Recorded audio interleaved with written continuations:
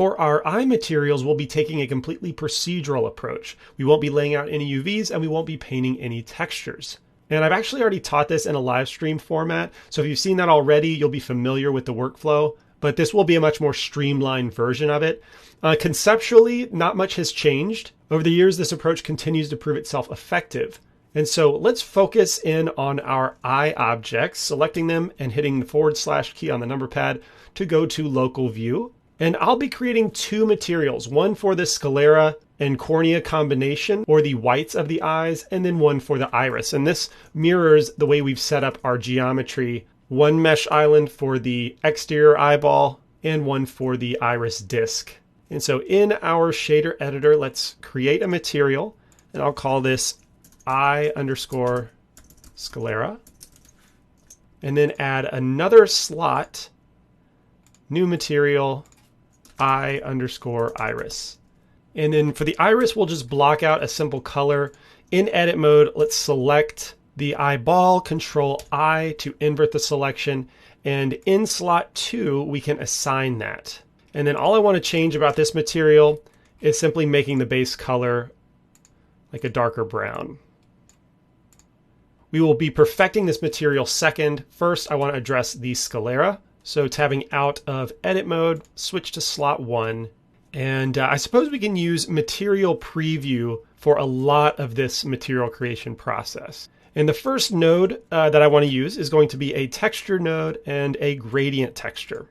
All right, Control T with that selected to bring up our texture coordinate and mapping node. Now I want to use the object coordinates for this because our object coordinates are at the center of our eyeball. So let's turn on object origin so you can see that.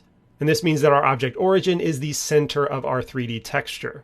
And so if I switch the gradient to be spherical, Shift Control click on that, it's going to be pure white, and we need to shrink the texture way down. So in X, Y, and Z, I'm going to change that value, let's say multiply it by 10. Now we start to see some gradient coming into play, but it needs to be even smaller. Note that with the default point type of mapping, an increased scale value means our texture shrinks. And so let's go up to 20. And this is actually revealing a problem that we need to fix. At the moment, we're using a mirror modifier to get our second eyeball. But as far as our texture coordinates are concerned, it's all one object. And so we really need to duplicate our eyeball instead of using the mirror modifier. So I'm going to remove that mirror modifier. Let's find this object in our outliner, and I'm going to call this eye.l. And I'm going to duplicate it with Alt-D, right-click to cancel any transformation, and Alt-D creates a linked duplicate. And now I just need to mirror it manually, basically. And I can do this in the in panel, our transform properties. I just need to change the X value to be negative. All right, this puts it on the opposite side of the horizon of symmetry. And then I need to rotate in Z negative as well. So just click that value, add a minus symbol, and now we are essentially mirrored. Okay, let's go back to our scale value and let's go even higher. Like, I don't know, 50. This is a little bit higher than I thought. Okay, now we're getting somewhere. We can see that it's a little bit darker on the front. And now if I move it in the Y-axis, this moves it front to back inside of our eye. And the sphere gradient is a texture sphere in 3D. So if you think of it that way, it might make more sense why the texture is behaving like it does. It's like our sphere is intersecting with our geometric sphere, depending on how we orient this. And so I want to keep it bright white on the front and then dark black in the back. Okay, so for some definitive values at this scale, we're looking at 0.55 meters in Y location and 50 in scale. Okay, and from here I can add a converter color ramp. And this way we can adjust exactly where the white and black starts and stops. And you can probably see where I'm going with this. I'll switch the interpolation to ease. And this is going to become the transparent cornea, using this black and white data as a mask essentially, or a factor, where if we plug this into our transmission socket of the principled BSDF, the white circle at the front will be completely transmissive and black will get none of that. So now if we Shift Control plug this up into our material output, you can see a difference now. But remember, we're using material preview, which uses EV, not cycles. And you actually have to enable refractive materials because they're not on by default. So if we switch over to our render properties and Eevee specifically, we need to enable this in two places. So in screen space reflections, we need to enable that and then also enable refraction. And then in the material properties, we need to scroll down to our settings and enable screen space refraction there as well. And now we can see our brown iris inside the sclera. And if we switch our render engine back over to cycles, at any time we can switch to rendered view and see what that looks like. Now, the transmissive value uses the roughness as the clarity of the reflection. So we want to take that down like 0.001, really far down. And now we get a shiny eye white and clear refractions. And this establishes the key structure of sclera, cornea, and iris. And as we rotate around, you can see how the refractions take over and it kind of fills that bump out, which is very important for a realistic eye. Now, refractions do take a bit more to calculate, so our render is going to be noisier. And sometimes I like to enable viewport denoising for this. So if we enable that, it's going to be a lot clearer, but as we orbit around the viewport, it gives this kind of interesting watercolor refinement aesthetic, which I'm not quite used to. I've only started using this viewport denoising recently, but I think it's pretty helpful overall. And then one other thing while I'm thinking about it is we need to determine a correct size for the iris, which we can only judge by having our head involved. And so at this value, it's a little bit too small, so I need to drag down the black flag and the white flag. And I highly recommend that you leave the border somewhat blurry.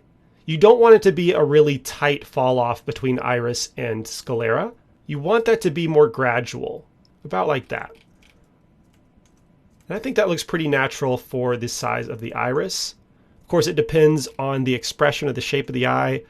Oftentimes you'll see the bottom of the iris touch the bottom eyelid or be slightly eclipsed by the lower eyelid, whereas in our case, the lower eyelid is below that. But I'm sure there's someone else who has that going on too. Here the eyes are squinted, so we don't see any eye white below the iris. Yeah, it's definitely more common to eclipse some of the iris with the lower eyelid. Here's an example. This is more like our eye. All right, so with the size of the iris established, we can go back to local view on our eyeballs, get rid of our in panel and also our gizmos. And let's focus on the next part of the material.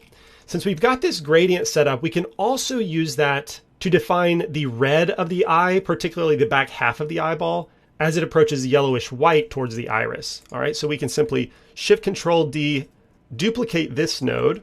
Let's hit the backspace key to reset it, Shift-Control-click on it, and now we can change the black flag to that reddish blood-like flesh tone. It's somewhere close to blood red, but not fully saturated, in other words. A little desaturated in between red and orange. And then I can use the B-spline interpolation type to softly pull that forward. And then the white can come down. We basically want the whitest part of the eye around the iris. And then in between, I'll control left click and move this into the yellow direction. That looks pretty good. All right, one more time, let's judge this next to our head mesh.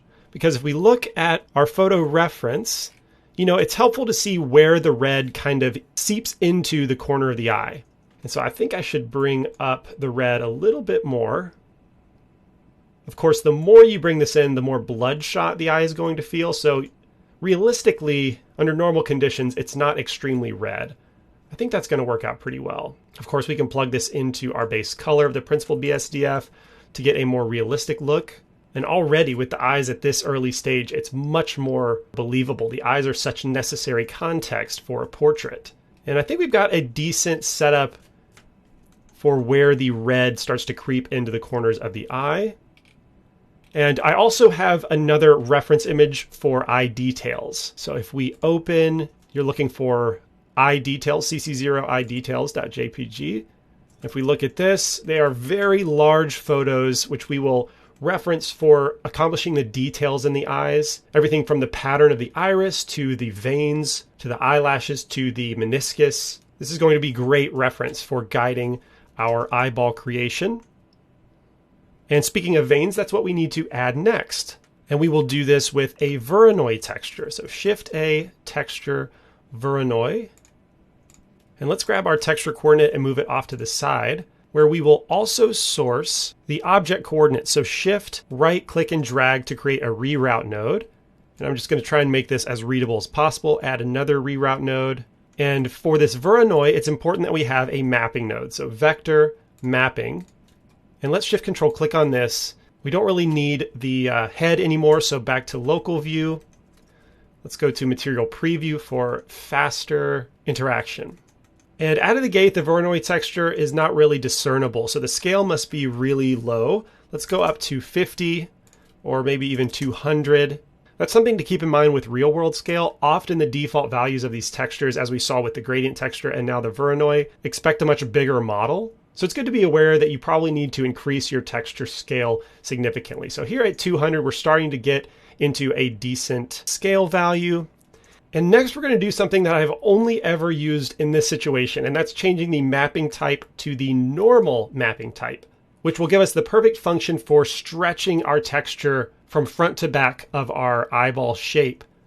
And well, it looks like our scale value is now asking for the opposite behavior. So let's go back down to the default of 5. Isn't that interesting? I didn't know that the type of mapping had such a big effect on the scale. So that sort of contradicts the advice I just gave. But again, the normal mapping is rarely used. Anyway, let's get back on track. If we change the scale value in Y, okay, so that's the same axis that we adjusted our original gradient, that's going to stretch the texture towards the iris. And this starts to create a vein-like pattern. And this is just one of those examples where I was playing with the mapping node and the perfect thing happened. But I can't really explain why. It's just a nugget that I've always remembered. And so with that stretched more towards the iris, I can add another converter color ramp, and we can plug this into our color data as a color mix node. And we're going to mix it as the factor so that the white values are going to pick up this red color, which we can copy from our gradient texture, Control V. All right, the veins make sense to be the same color there. Let's plug that into our base color, or just shift control click on this mix node so we can see. And right now it's set up as a mix, but I want it to be an overlay. And the reason is you can see that we get a little bit of yellow where the gradient transitions to that color. And I like that. It feels like the veins are under the surface more compared to a regular mix. So let's see what soft light looks like. I actually might like soft light the best. Soft light or overlay. Again, I almost always use those interchangeably, or really two variants of a very similar function. All right, so now if we shift control click on the principled BSDF, let's take a look at what those default veins kind of look like. And they're certainly creeping in way too far or too close to the iris. And so we can add another gradient to sort of define how far the veins are able to come. So I can, again, shift control click on this gradient, and we can add a color mix node. Or perhaps to keep it a little bit simpler, Shift S, let's change it to a converter math node. Change the operation to subtract. And now if we plug that up and look at it, you can see that we are removing the white values from this gradient from the vein texture. All right, so we can move that back. And that should limit how far the veins come forward. Specifically, I want to see those stop before we get to the iris. Okay, now the veins are a good start, but they need more noise. They need more variety in their direction. And we can alter the incoming texture coordinates. Let's move these reroute nodes and texture coordinate nodes further to the left. And if we add a texture noise texture, add a reroute node to source the object coordinates, and then add a color mix RGB node. I've said it before in other courses. I don't remember if I've said it in this course already. But one of the coolest things, at least to me because it's still fairly new information, is that, you know, the purple socket represents vector, which is XYZ data, and the yellow represents color data, or RGB. And XYZ correlates to RGB. Red for X, green for Y, and blue for Z. Just like our gizmo, if we show that again, right? Green for Y, red for X, Y for Z. And so we can mix color values with vector data. All right, so this purple socket going into the yellow socket, then the yellow socket of our noise texture going into color slot 2. And let's change the mix type to be linear light, and we'll take the value way down. Okay, if I hold shift, because we want very small values here, shift and click and drag, you'll see that our veins start to deform according to our texture. Now in this case, I want the scale to be pretty small. Now often in this case, for the noise texture, I like to keep the scale value small, like 0.5, and then increase the detail and increase the roughness to like 0.8. There we go. That's looking a lot more like veins. And while I'm thinking about it, the iris texture, I always forget that the default specular value of the principled BSDF is really large, or high, I should say. So specular at 0.5, it should be like 0.1. There we go. Now I can still tell that it's actually brown. And let's see what our veins look like next to the head. This might take a moment since the skin material, the SSS, needs to calculate. Okay, so it looks like the red value in our sclera material is too far forward. I need to take that back. There we go. That's looking a little bit better. What about if we switch back to rendered view?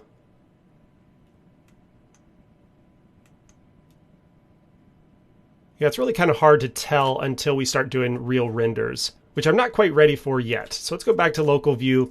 As far as the stretch of the veins, I think that feels pretty good. Yeah, this gradient from white to kind of a tannish yellow into red is really nice. But I could probably use a second layer of veins. These work pretty well as a first layer. And, you know, I still have access to kind of fine tune the vein spectrum, right? So if we click on this, you know, kind of particularly B-spline, I think will work best. I can make the veins more sharp. But there's a lot of white space left. And if we look at our reference, let's maximize that. There's actually a lot of really small veins involved. Although really it's mostly noticeable if we're extremely close. But you can see all those tiny little veins. So I like to have two layers, one set of big veins, one set of small veins. And the small veins being a little more subtle. So we can achieve this by simply duplicating these nodes here. All right, Shift Control D to duplicate those up and change the scale value something higher, like 20. Let's see what that looks like. Okay, and then I want to mix that with the original vein layer. Let's move these over. Color, mix RGB. And this will be a straight mix, I think. Maybe an addition. Let's try mix first.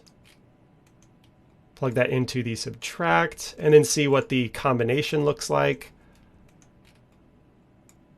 I don't love that. How about we try add instead? Although for add, I should probably switch the inputs. All right, so 0 is first layer.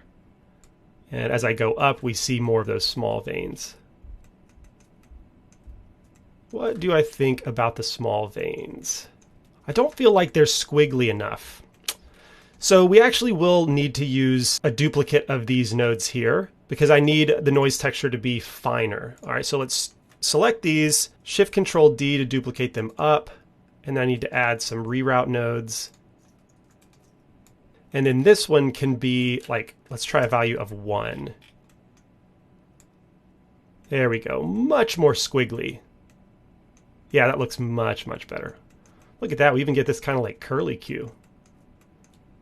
Very, very nice. All right, let's see what that looks like in the material. Plug up the principled BSDF. We're on the right track, definitely. Though I think maybe the subtract is a little bit strong. There we go. Let's allow the veins to get a little bit closer to the iris.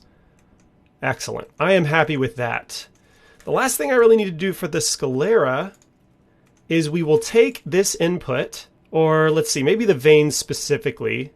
Yeah, actually maybe this whole input. And convert to a color ramp for use as a bump map. All right, so we'll bring this color ramp value down here. Need to make a little more room. Shift A, add a vector bump node. All right, now this color ramp will be used as the height value. Shift Control, click on the bump, and you can see what we're doing here.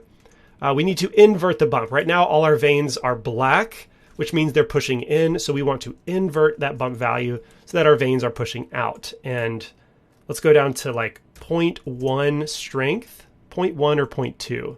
Because as we look at our reference, these veins do protrude out slightly from the sclera, and the reflections are affected. You can see that here. Now let's plug that bump value into our normal socket of the principal BSDF, Shift-Control-Click on our material, and I think that's working out pretty well. Maybe a little bit too strong. How about 0.05? There we go. It's feeling a little more realistic. Our reflections are definitely being affected.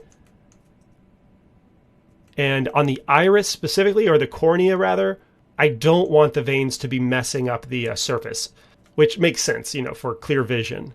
All right, so I think we're in a pretty good spot for the sclera. Although one final characteristic which is important is we need some subsurface. But before we add that, let's do a render with the head with no subsurface. We'll switch to slot 1 for this test. Let's go to our camera view, Control B to bring up render region, and we'll just draw a box around our eyes because we need to render this large. We won't get enough data if we render the current size. So I need to jump over to our render settings and go to either 200 or probably 300, honestly. We want to be really close to see how this material is working out. And let's kick off the render. All right, Control Space to maximize that. It's looking pretty good, I think. Seeing that vein detail. Still might be a little strong in terms of the bump, but maybe not. Once we add the subsurface, that will kind of wash out the bump effect. And so, yeah, this is the non-subsurface version. Let's switch to slot 2 and add some subsurface. Now, you know I'm a fan of random walk, so let's start there. And the value for subsurface, let's see. What was it for the skin? Was it like 0.02 or something like that? Let's select the skin. I've already forgotten. 0.01. All right, so let's try that, 0.01. And with random walk, you know, we start to see this blue encircling the iris, which I honestly don't mind, but I think I can diminish the effect a little bit by changing our subsurface radius. So let's go to 0.4 in green and then 0.2 in blue. And there's still a little bit of blue there, but similar principle to the skin, I don't want that default bright red subsurface radius. And so now with that subsurface enabled, let's see what that looks like for comparison to our previous render. Let's maximize that. Ooh, that does look better. Alt J, this is before and after. All right. So with random walk, this happens sometimes where I get a bluish halo around the iris, and I'm not exactly sure why that happens. I think maybe the algorithm has trouble with a gradual transition from subsurface to transparent material, because if we switch to slot 3 and use Christensen-Burley instead, we don't get that same blue halo.